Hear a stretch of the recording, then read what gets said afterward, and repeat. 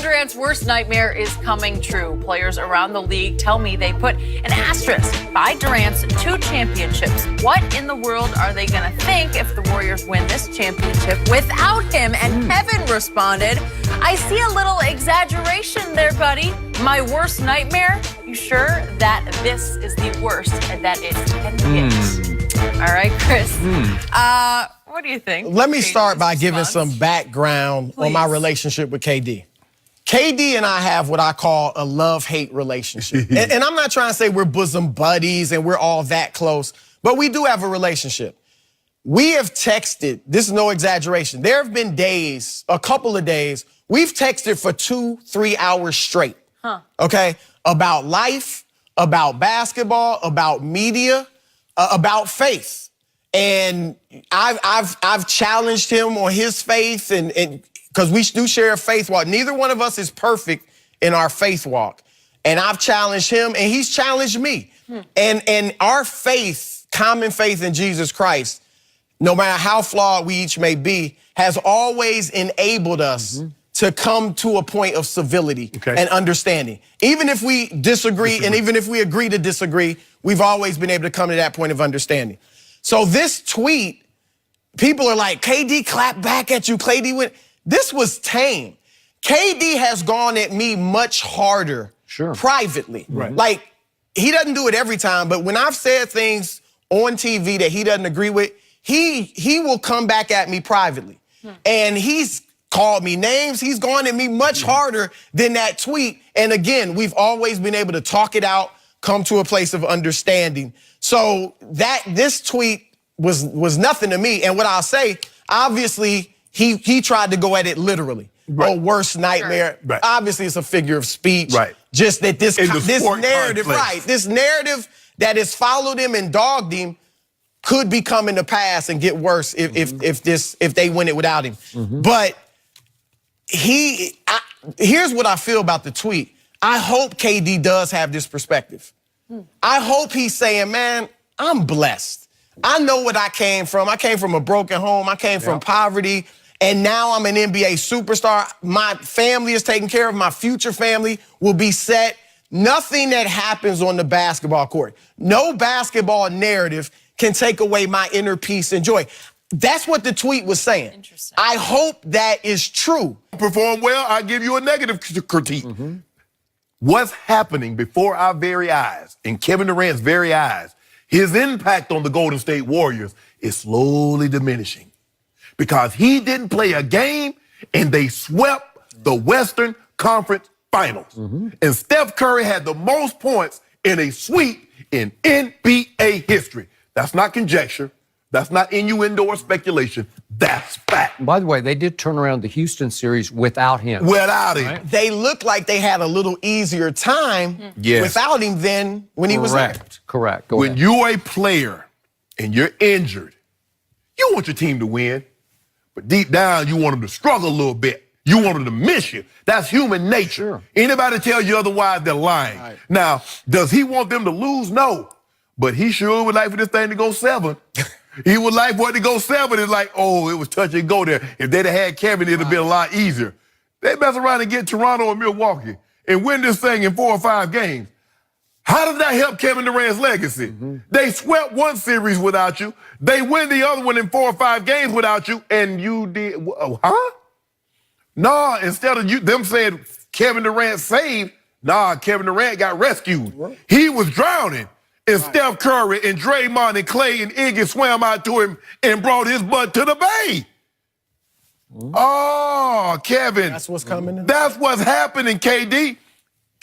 Like I said, if this team was 47-35, and this was a 40-40 team before he got there, struggled, got out the first round once, got swept, made it to the second round. He goes there, put him over the top.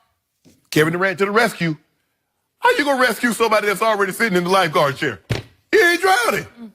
But you were, because guess what? You had that team down 3-1. The very team that you joined, you had them down.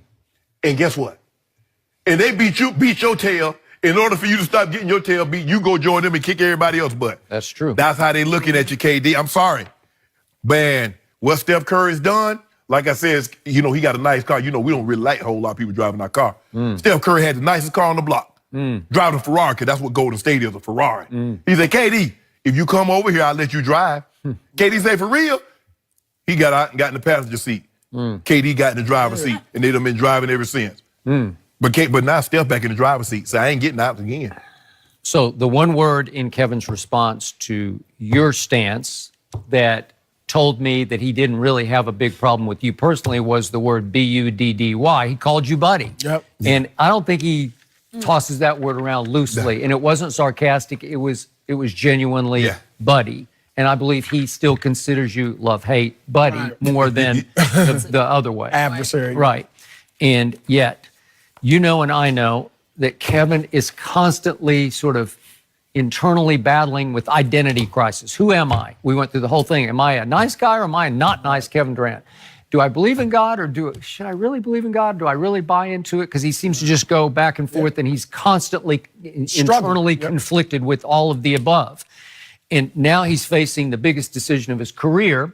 And the point is, the reason he responded publicly instead of privately to you is he wanted his followers, he wanted the basketball world out there to know he does take issue with your stance about this because you hit a deep, hot button. Sure. You hit a sore spot with him because he knows that what you just detailed is happening right before our very eyes.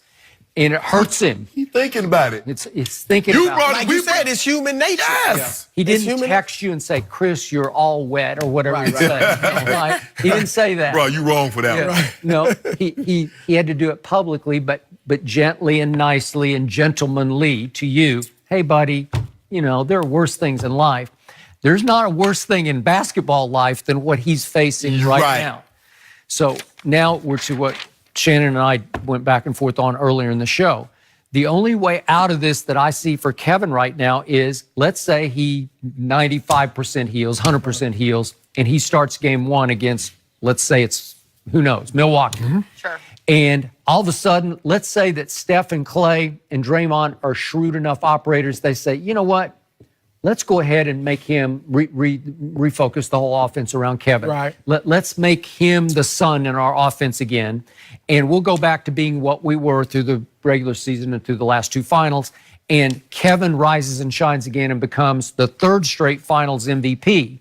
Well, that could solve all the problems because then he could be back in the driver's seat. But you still think that does it? Because I'm not so, I feel like obviously, if he's healthy, he should play, I guess. That's what your instincts tell you. Right. Sure. But the best thing for him basketball-wise is if they lose that first game, he doesn't play. Okay. They lose the first game. And he comes back. Then he can come back and they win. Right.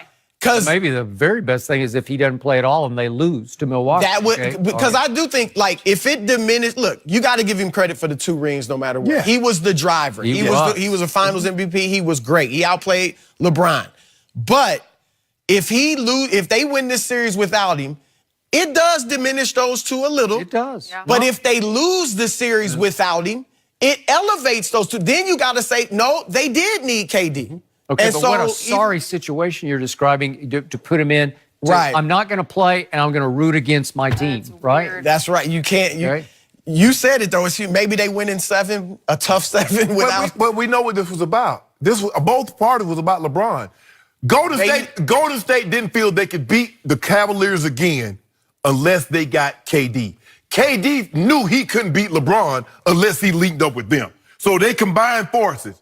So now they beat up on LeBron. So LeBron out here, we got to deal with what we got to deal with to try to solicit some help for us. We don't like to do that, Skip. No solicitation. We are no solicitation area over here in LA. You might need to. That's we the got saving grace for KD. As much as I've said he's been a luxury, not a necessity, they did need him for LeBron. Yes. If he doesn't go there, I think Golden State, Cleveland is like Boston, LA. Yes. Like Bird Magic. Maybe they split the next 2 years. I do think Golden State would have won the next year. I don't think they so. would have been so upset and felt like they blew it, and Draymond would have been motivated. You know that but was gonna then happen. Cleveland may have. I think it would have been. Not with KD. Because think about it. KD averaged 35. Yeah, but I mean, that's because Steph and those guys took a back seat. And Draymond, this is the best basketball of Draymond's career. Oh, yeah. Yes. And you wouldn't be seeing it if KD was there. By the way, Because you just don't have the room to do it. Draymond lost, 25 pounds through the back half of the season? I think Yeah. Rachel Nichols had that. Do you hear what he gave He up? stopped Cheetos, wine, Snickers. tequila, and Fried Snickers. food. No, he just. That was he it. goes Those for it. four. Damn, how you do all that and still play basketball? Right. How was he Snickers, playing as he Cheetos. was? I don't It's a know. breakfast. I mean, that Okay, is. so bottom line to the discussion, Chris Broussard at this moment believes that Kevin Durant next year will play where? I'm still going to say New York with a caveat. Look, like I know his agent came out and said it's wide open. Mark Stein wrote that the Clippers in the hunt. I do know the Clippers impressed him before he went to Golden State with their meeting. I know he likes Steve Ballmer. That's obvious. Their front office, LA, you don't quite have the media attention you would have in New York, with the Clippers. How I think is for KD, it's going to depend on other guys. Like I think he's smart enough not to go to New York by himself. So